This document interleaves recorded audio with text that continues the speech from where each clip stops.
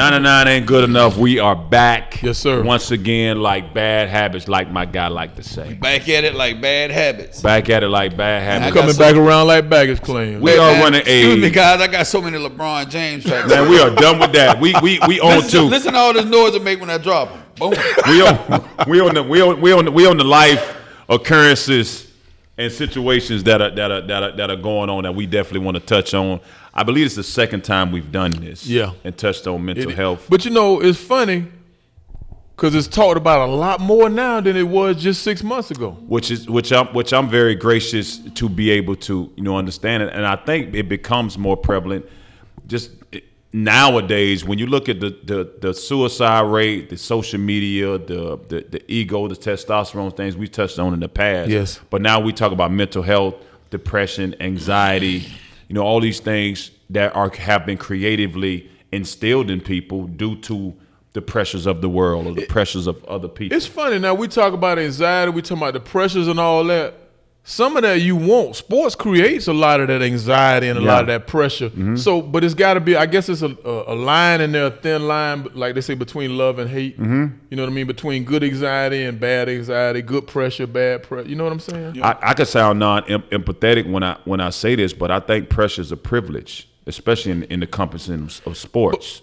But you grew up in sports, and you got comfortable with it, though. But I looked at pressure in regards to just a lot of the things that I had to endure younger on. It's all relative. You know what I pressure mean? Right. for a lady with 4 kids who husband died in a car wreck. You know what I mean? To feed her kids every night. That's a different type of pressure. That's a different type. So it's all relative. It's all about context. Right. It's a different type. But in the athletic world nowadays, and seeing some people that's been now at advocates for it and at the forefront of it, and that have been talking about it and seeing it like happen right before our eyes. And the young lady, the tennis player, Naomi Osaka, who's been very outspoken about her mental health and taking that time.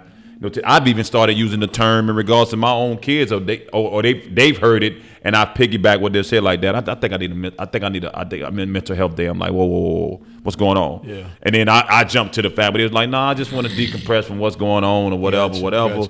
Can I say this though? Oh, I don't mean it bad.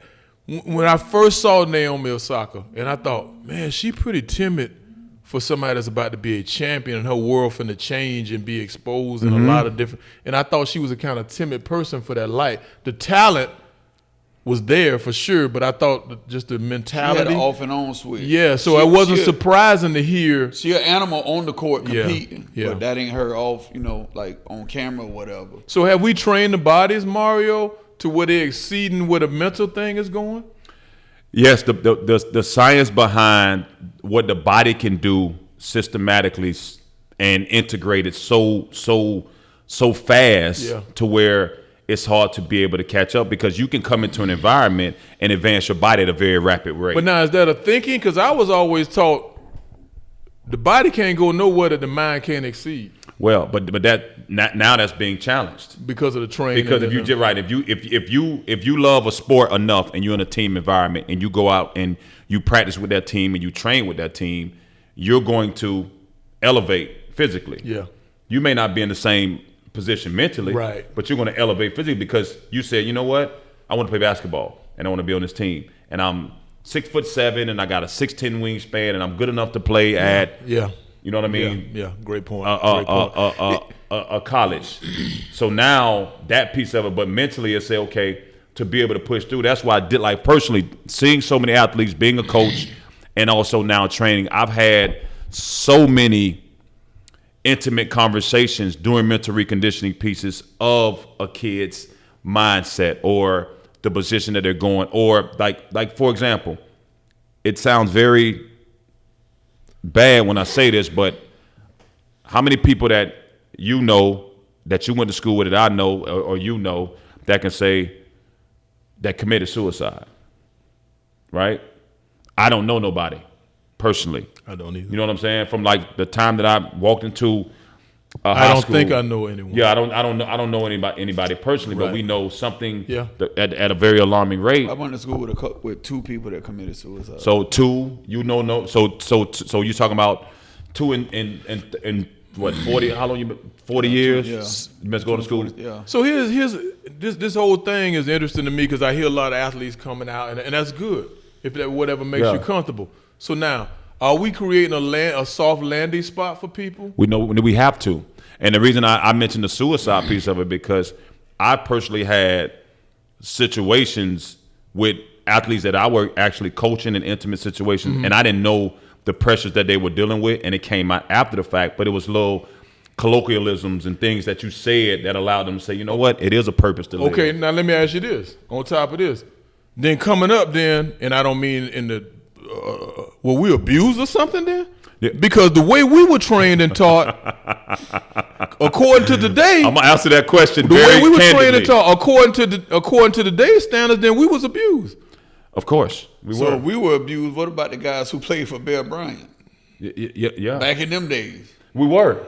You know, water make you weak. Yeah. We I remember hearing that. We definitely were. But here's the thing: in a very balanced way, we can approach athletes in that same capacity. It's delivery. I agree. Because anxiety, stress, depression, all that is man-made. The only thing that have some sense of realness is danger. You can be in a dangerous situation. Yeah. Fear, anxiety, depression, all that is something you created based on the parameters that you're around, pressures from your mom, I seen this person. You're looking at somebody else middle and thinking that's your beginning, or you're looking at somebody in and thinking that's your beginning, or whatever you projected in your own mind and heart and understanding. It's like, I'm depressed because of something that I seen, or I should be in this position. Well, here's my thing I say about creating an escape pod, because when things don't go right, then you hear a lot of, well, I'm under a lot of pressure. Okay, well, let's talk about that pressure. And I'm with Jones as far as the soft landing spot. If I'm Deontay Wilder, whatever his name is, and I'm hanging out and I'm talking all this shit pre-fight, and I come out and get dominated, don't bring up that your mom dealing with inoperable brain cancer after you get your ass tore up. Yeah. You know what I'm saying? Don't bring that up then. But that's always been stuff. And you didn't mention that the entire press run for the fight. But that's a hell of a point, because again, the pressure is build the fight up. What my mama going through don't matter. I have to project this image. See, this show is called Keep It 100. The one thing all I know how to do is be myself. Right. With anybody that know me for my whole life, I cannot create a character or be anything else outside of myself. Right? Now, when you're on a platform where you got to sell 1 million tickets on pay-per-view, or you have to come out in this No. We perfectly understand that. I'm talking about after you underperform. Oh, no, I know. Don't start coming with all that other stuff I know. that wasn't mentioned beforehand. You've been coaching for a while. Yeah. Have you ever had a player come to you? I have. That say they want to kill themselves. Yes, I've it's actually, too much now. Yeah, and I've had it happen in a way to where it caught me off guard at first, because I've had to learn how to not look at my mindset at their age. There you go. And apply it to them and deliver it in a certain way. But I'm thankful for books that I've read or situations I've personally been through to know that delivery is different. Another big thing is people are scared to die. Yeah. You know what I'm saying? Like, I get that a lot. Yeah. You know what I mean? Like, you know, need to be scared. You know what I'm saying? So it's right. It's coming for all of us. I'm gonna tell you something. I had a real. I made a comment earlier and we all laughed, and because we all know it to be true. You never know. We all think we go through depression. I think we do now, whether you admit it or not, or you do it now. But sometimes you don't know till you come out the other side. You know what I mean? I look back, and y'all know we went through. My mom passed in March and everything. And as time went on, and I started feeling a little better, and I look back, I said, I believe I was depressed. Right.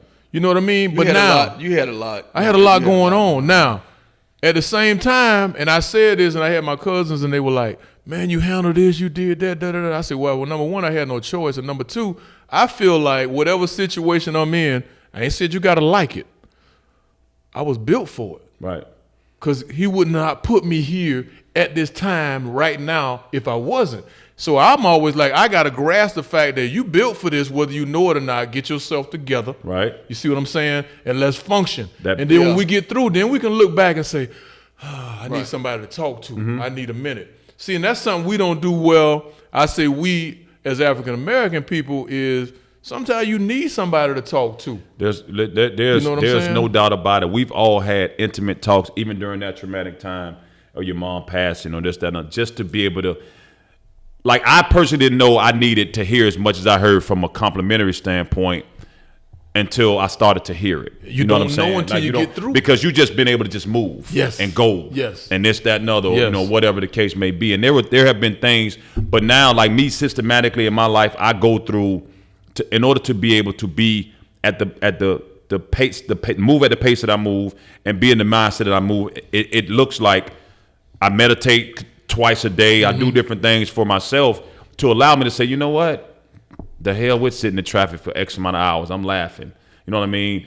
If my mom come at me sideways or certain things that may happen, just using people that I love or things that may happen to where systematically, like honestly, what can I do? I say this, nothing is real until it happens. I say this, I got one big regret in my lifetime, and I might have mentioned this before. When I was younger and I had a thought process, and you a kid, you younger, and I was always like, you know, anybody think about suicide, you weak, you're a coward, and I regret that to this day.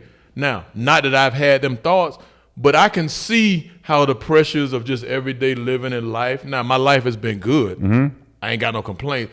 But sometimes that's that unseen pressure that comes along. It's that unseen moment where you ain't got your emotions in check. That your mind can go places that's not good for you, and you need somebody to talk to. That's that man-made syndrome that happens where, like I used earlier, we don't want to apply our mental makeup or our ignorance in some instances to say things because you've never really been in that situation or you don't really know how that feels. And now I've personally been around an abundance of that and seeing it and been fortunate enough to hear why. You know what I'm saying? Been fortunate to hear why. Oh, that makes sense. That makes sense. You know what I'm saying? Like, okay. Well, when you're younger, you don't know. Let me ask you this real quick. I got a lot of thoughts on this, you know, more so now that we popping up and talking about it. And I think you probably feel the same way. I got into athletics, sports, training.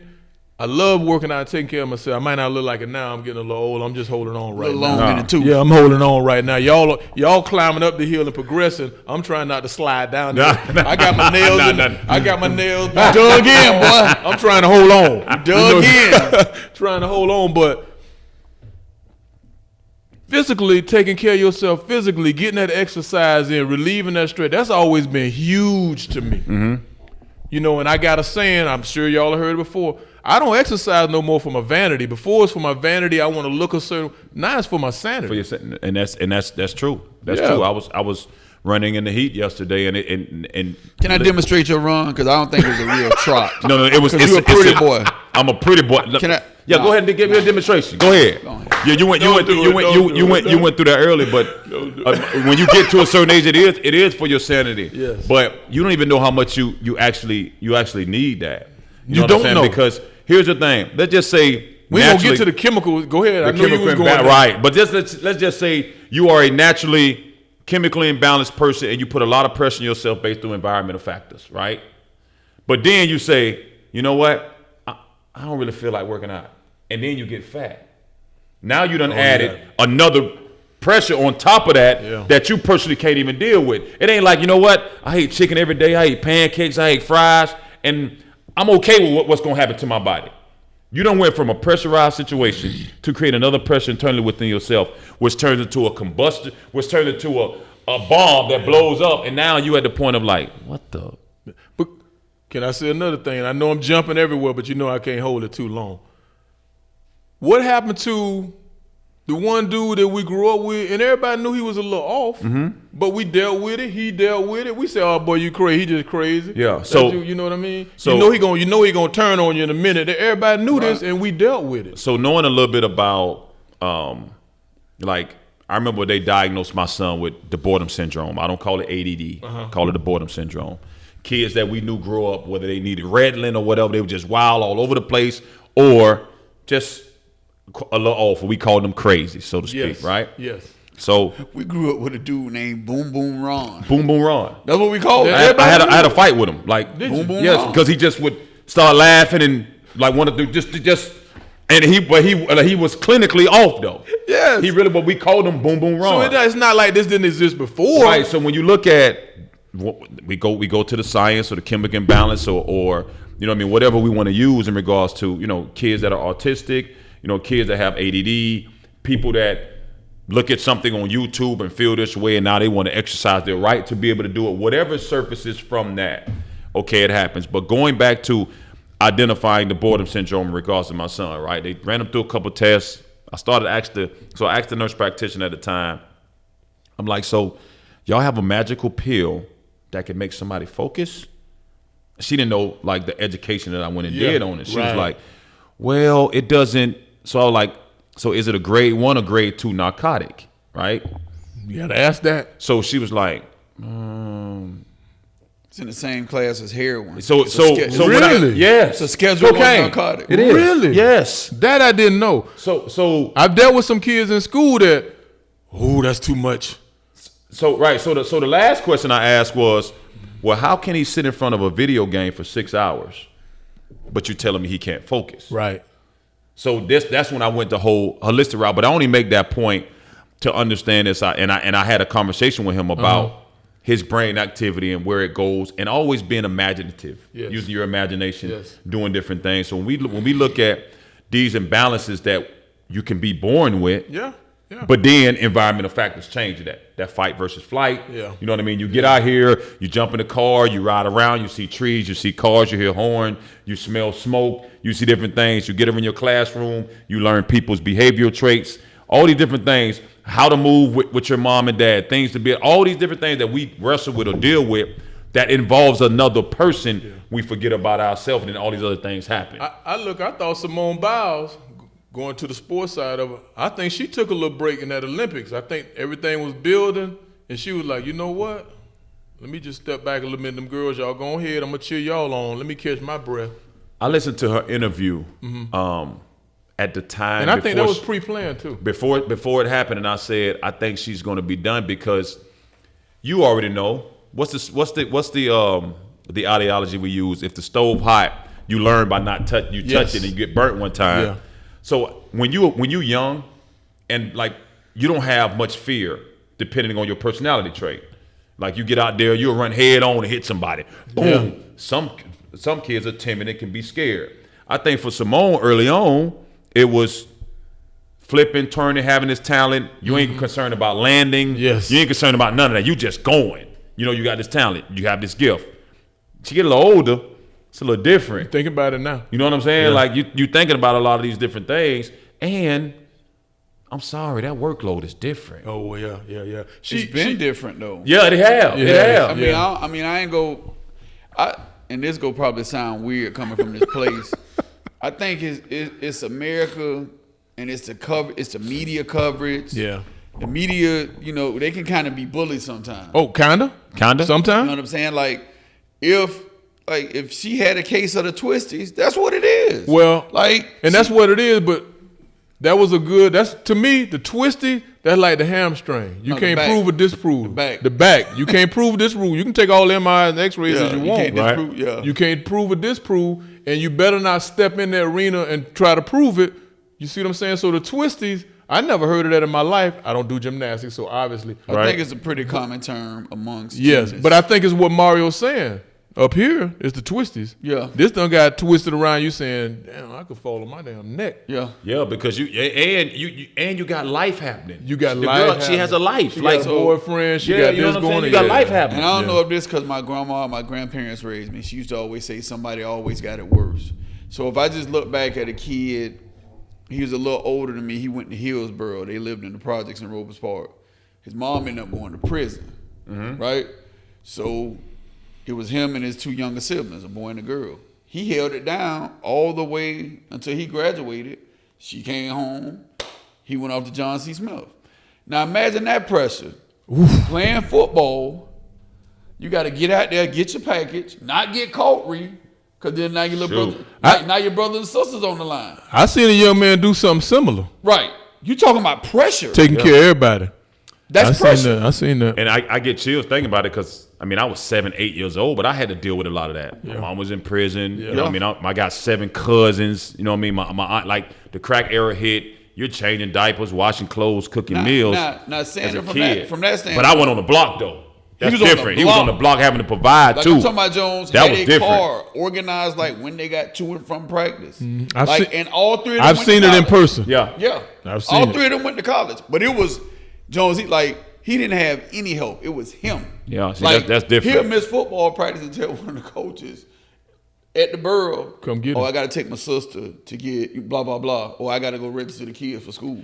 You know what I'm saying? Like, that's some pressure. And believe it or not, that is extremely consistent still going on nowadays, believe it or not, where kids have that pressure. So when I hear, and again, goes back to, Coach, what you said about something that you regret saying about suicide. Yeah. I may have thought certain things like, okay, that just made a hell of a point about somebody's always worse. I heard that a lot too, being raised by my grandmother, which I have reference points in life that allows me to not even waver concerning anything that may go on. What I'm dealing with in business, what may happen with, I had a uplifting conversation with my daughter concerning boys the other day, and I'm like, wow. But at the end of the day, when it comes down to it, that's their struggle.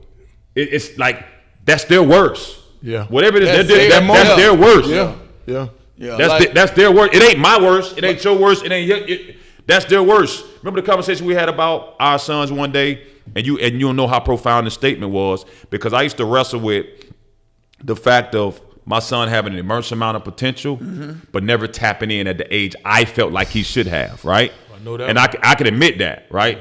So having the opportunity and the things that he needed to be able to do. So me and Debonair was on the phone, and I'm gracious to have men around me and a woman around me to be able to, and women around me to acknowledge the fact that I can tell him not what he wants to hear, but what he needs to hear, right? So after the conversation, we were talking, and I got better throughout time for me, because I lowered my expectations of my son, which allowed me. No, you didn't lower him. That sound. You changed them to fit him. Oh no, but listen. Just how that that's sounds. why, but it does, because for me, I operate in life, Coach. Like, y'all have established an expectation with me, but my expectations are gonna be met because of where they at. Yeah. With people in general, it's always low, because I'm rarely disappointed. That's how I approach certain things. I agree. But with my son, I see what you're saying. He showed so many potential pots and moments of time to be able to do certain things. Right. It was high. When I lowered it, our relationship flourished and it got a little bit better. But I had a conversation with Debonair, and he was like, look, he said it just like this: you gave him your name, you didn't give him your life. Yeah.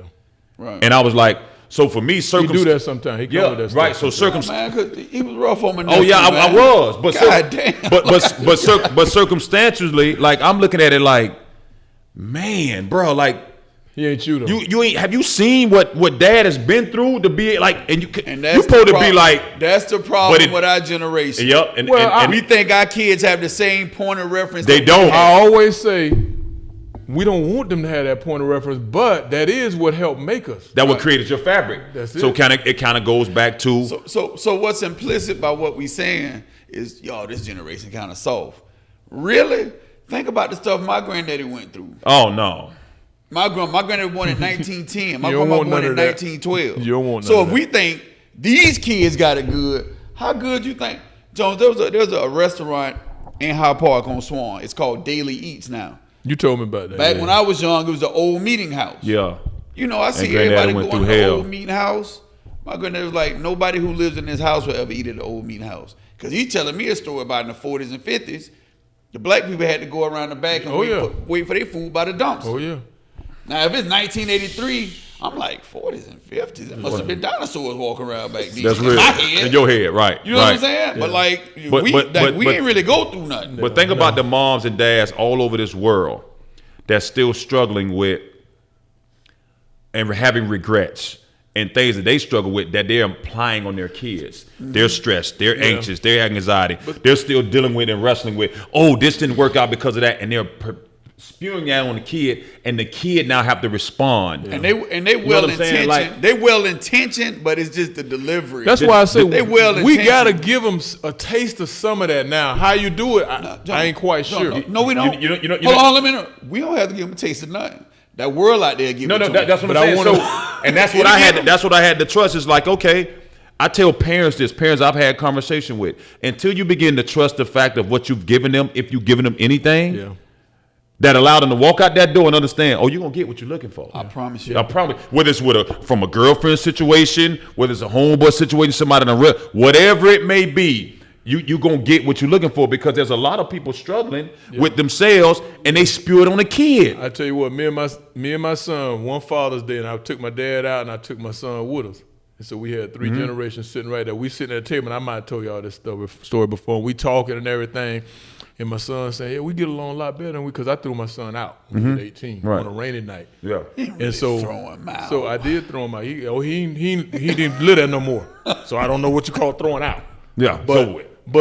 So he told me, he said, "Me and you get along a lot better now." And I said, "Yeah, and I'm glad of it." You know what I mean? And he said, "But it's good." And he said, "Why you think so?" And I thought for a second. I looked at him. I said, "Because your daddy grew up." We have to. Yeah, your daddy grew up. I've learned so much. You are you. I've learned so much from my son, man. With me and giving me some level of perspective in life, because I'm telling you, man, it was rough for me, and I didn't try to make it rough for him, but we needed him to understand that, bro. Like when you talking about doing certain, and even with dealing with what we're talking about, anxiety, depression. Yeah. You know what I mean? All these man-made things, because what's in front of us all the time. If you go back to your son for a second, a lot of the great comedians are like super smart guys, and they say a lot of stuff that like can be taken to heart. Yeah. So what you describing is what Chris Rock said. He said he ain't have nothing in common with his kids because they grew up rich kids. Yeah.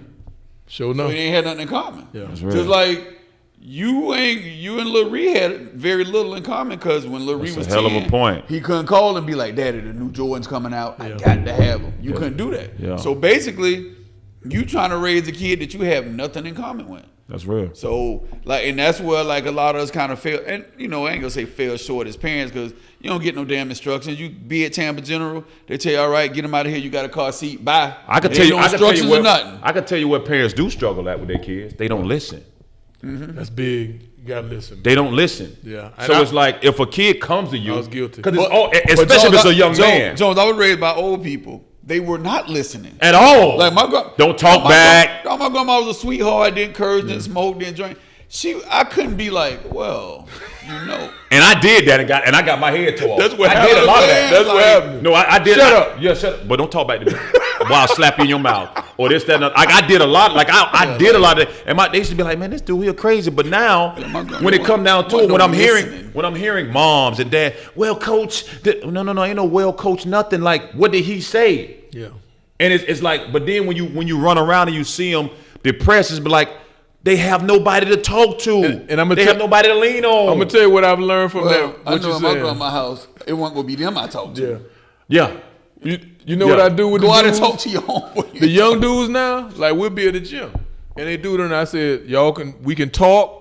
You can question what I'm telling you, but I'm giving you facts. I say, but now watch how you talk to me. Yeah, that's real. And watch the tone you bring it with, and we can have a discussion. We can have a conversation. Yeah. And I didn't have that coach in there has come a long way.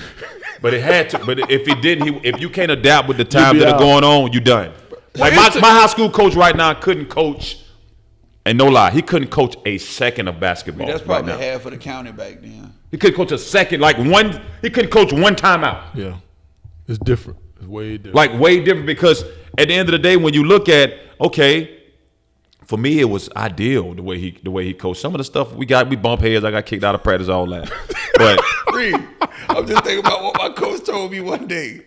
I'm walking off the court after I had hit a bomb. He meet me. He do like this. So I'm thinking he's gonna be like, "Boy, you got it going." He said, "Boy, you throwing that motherfucker all over the ball tonight." I said, "What you talking about, coach?" He said, "Boy, you got 7 turnovers." Hey, listen. I just hit a bomb. When he coming out, he like, "Well, you feel nowadays it's called playing the ball." Well, you feel so good about yourself, boy. Hey. And so, you forget about everything. You hit one shot. Hey, you know what this remind me of? Love it. Well, you ain't never had a night, this player. Coach Altman said, "Boy, you throwing that motherfucker all over the I ball just told my tonight." homeboy that story the other day. He told me, "Coach Thor hit you with that." I say, "Boy, he hit me with that, but love it. You ain't nothing but a practice player." Coach Thor say that. How deep was that bomb that? Oh, about volleyball line. That's real. I forgot all about them 7 turnovers. My man I done gave up baseline on consecutive possessions. I forgot about all that. But I do want to. We sat down and we both started laughing. I calmed down. You know what I'm saying? But you can't talk like that now. Well, I do want to say this before we get into never forget about ways to cope and deal with anxiety, depression, and all this other man-made things that have been created due to pictures, trauma, repetition, and being so concerned with what someone else say, being so concerned with what's on that program. That's why it's called a program. It's designed to program your mind to be something else. I would be remiss, Jones. SAT. If we didn't if we think of the guys that we grew up watching in the 80s and the 90s who were just dismissed as being weirdos. Prince. Ricky Williams. Dennis Rodman. First one that I remember talking about mental health. Yeah, Ricky Williams. You'll appreciate this cameo. No. That was the name of the group. You talking about Larry Blackman. Larry Blackman. Okay, Larry Blackman. Yeah, I was in my prime. Yeah. Cameo Larry Blackman. Prince. Ricky Williams. Well, I'm just talking about Dennis Rodman. I'm talking about from the sports side. A guy may be, mislabeled as cranky or eccentric. Yeah. Guy might, like you say, he might have had some mental health issues. Yeah. You come in, I hear reporters saying, "Damn, I came in the locker room. Me and Mario talked like we were best friends." Ron Artest. Yeah. Ron Artest. Yeah. Those guys were unfairly mislabeled. Yeah. Was Marvin Barnes on that? Talking Back in about the Bad ABA, News? yeah, Bad News Marvin Barnes when he say In my man building right now. bad news. Hey, man, y'all ain't gonna be doing this. I'm right here. We're talking over Like you your just head. gonna talk over my head like that out? Long story short, I think we talked about it. Marvin Barnes in the ABA. He died. He dead now. He dead now. Providence, great player. Play for the Bad Boys? No. St. Louis, Spirit of St. Louis. Spirit of St. Louis. Dr. J talked about him all the time in the ABA. That's what Bob Costas got. One of the great players. Bob Costas, the announcer, you know him. The Bob Yeah, Costas the little dude. Olympics. He Like used to announce for the 20 Spirit years of St. Straight Louis. up, and he looks like he's still back in the 70s. He used to announce for the Spirit of St. Louis. Well, they was getting on a plane, getting ready to go, let's say, from right here to San Antonio. Mm-hmm. And they was like, well, we leaving right now, and when we get there, we leaving at 7. All right? When we get there, it's going to be 5 o'clock. Well, Because of the time zone. Marvin Barnes said, hey, man, I ain't getting in no time ship now. I ain't getting in the time machine. oh, yeah, Dead serious. Now, mind you, this is the 70s. Cocaine is a hell of a drug. Yes, right. Yeah, Marvin yeah. Barnes probably think Whitey got me trying to get on the time machine. He ain't on that. no, I definitely ain't on that. But seeing and I really do empathize with today's athlete and people concerning. Go ahead. Another guy, think about a guy like Jaylen Rose, whose dad was the #1 pick of the NBA draft, who his siblings have a different father. And now when you get 10 and 11, you start to know, damn, my daddy played in the league and we around here struggling. Yeah. So think of the mental, you know what I'm saying? And nice you get a little older, you can kind of put it together. Oh, all 3 of them got the same daddy, and then, you know what I'm saying? My mom got a baby from this guy who an NBA player, but we ain't got no running water, no heat. Yeah. So think of what Jaylen went through. Yeah, You know what I'm saying? You'll be surprised, and like I said, that pressure is their pressure. Right. It can, for me, it was whether it was no food, no lights, or whatever. That sounds very dramatic. Somebody else can be a nagging father or a nagging mother concerning their personality trait, right, which people don't. But like you say, know. that's it. That's their struggle. Yours might be no food, no lights. It might be somebody's no structure to lay their head in. They might be homeless. Right. You know what I'm saying? You know what I'm saying? Exactly. You know what I mean? So, it could be, but everybody's just. So for me, I've kind of coerced my mental way of thinking and approaching things in regards to understanding that and just listening. Just listening at the end of the day. So to be able to cope with those things, right? It ain't no drug, not cocaine. Cocaine is a hell of a drug. It ain't one of the Schedule 1s or Schedule C's that you want to be able to ingest that a lot of people that do. It's real simple. You are what you ingest, you are what you're around. I'm not even going to give you the practice points of meditations or different things you need to be. You are what you ingest. You anxious, you got anxiety, you depressed. What are you watching? What are you reading? What are you seeing? What are you around? Period. Put that phone down That's before you big, go to man. sleep. That's big. Period. Put that phone down before. I say it again. That's got to be Put that causing a lot phone of stress down and before pressure. you go Social to media, sleep. don't get me started on that. Somebody's middle is not your beginnings. You see somebody a multi-millionaire, if you dream about making millions of dollars, if you want a sport you want to be able to play, you don't ever see the evolution of how it works, and understanding that it takes time to be able to do certain things. So don't allow yourself to be so pressurized within your own head because of what you think it actually is. We're in an era of information, but it's too much. It's too much. It really, because nobody knows how to manage it. No. It just like it comes down in regards to, like, okay, the music we listen to. You know what I mean? The eras of music and all that is like, it's entertainment at the end of the day.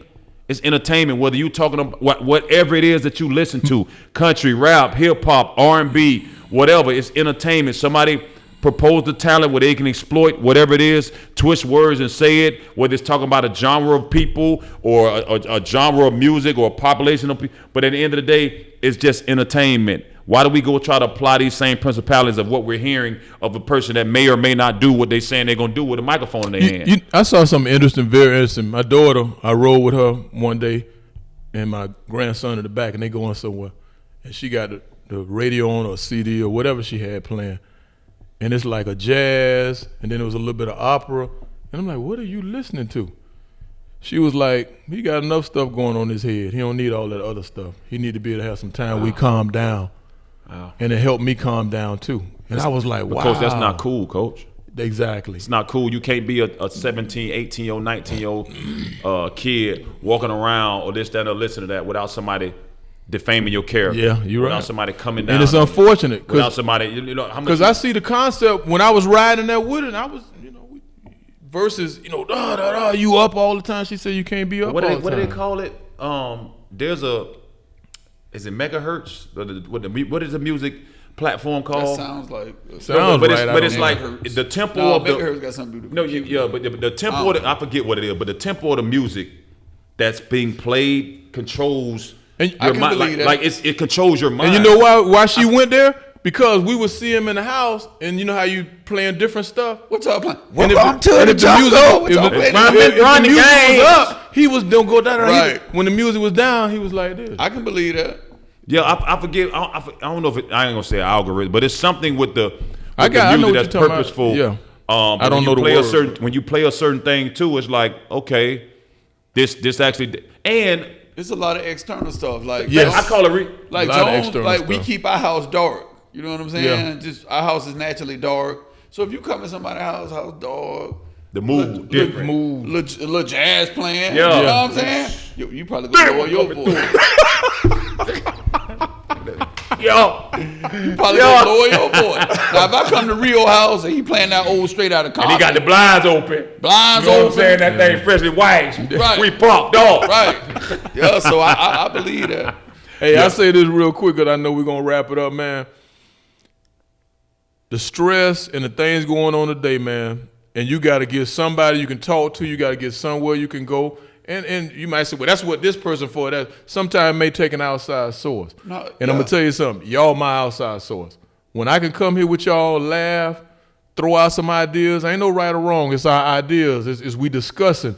Man, don't nothing bring you down and make that week salt away like nothing, man. So it's my pleasure, man, to get in here with y'all. I'm seeing your invoice. I look forward. Men don't like the word vulnerable. No. But I can be vulnerable with you two guys as well. There not many people I can be. Right. But when you hear, a kid, we talked about testosterone being a hell of a drug. But being vulnerable and being transparent to know that you're going to get, equitable feedback. Yes. From that person. Key being equitable. Yeah, you know what I mean? And that the key being equitable and me trusting that. Because, certain things allow us to not be able to trust. All of us been through traumatic experience, which that'll be, if we stayed on the air with that, it'll be it'll be 2 days. Show. You know what I'm saying? It'll be two hours. But those traumatic experiences and now, being on the other half of our lives, as men, and being able to be at the forefront of speaking on those things and touching on based on our experiences, and now having different experiences that we see, man, speaks volumes. And I hope more people can be vulnerable. Find somebody you can be vulnerable with. Find somebody that you can have that conversation with, that you can trust to know. And then here's the key, last but not least, apply the information. Yeah. Don't just sit on it. Don't just let it. Apply the information. Hey, man, I need them shoes right there. Everybody been asking about these shoes, man. It's a little remix of them Golden Childs. A little remix of them. Matter of fact, I'm just take the shoe off. A little remix of them Golden Childs and them Bo Jikes. I like them. You know what I'm saying? Yeah, them tough. These here came about 4 or 5 years ago. You know what I mean? It's like my third, fourth time wearing them. I need to dust them off, though. So you saying we had to go online to get that? You got to go all the way back. Oh no, yeah. I make the OG call, Jones. I get us. Yeah. Don't act like you. Don't act like you. I make the OG I'm call. gonna get my phone and I'm gonna find them for you. You gonna see? Nah. I make a call, Jones. Hey, listen, I'm gonna tell you right now, they will $50 count me out. Oh yeah, we're gonna go and move this to your ass right now. Then You man, did, let's Coach. sign off, man. Hey, you did. Sign Hey, his ass out. another epic one down, man. Please subscribe to the channel. We keep going up. If you're anxious or you're suffering with depression, you do have somebody you can call. There's plenty of resources out there. Get it done. Find somebody to talk to. Don't decide on the ladder. Thank you for listening. 99 ain't good enough. Well, we keep it 100. Yes, sir. We out.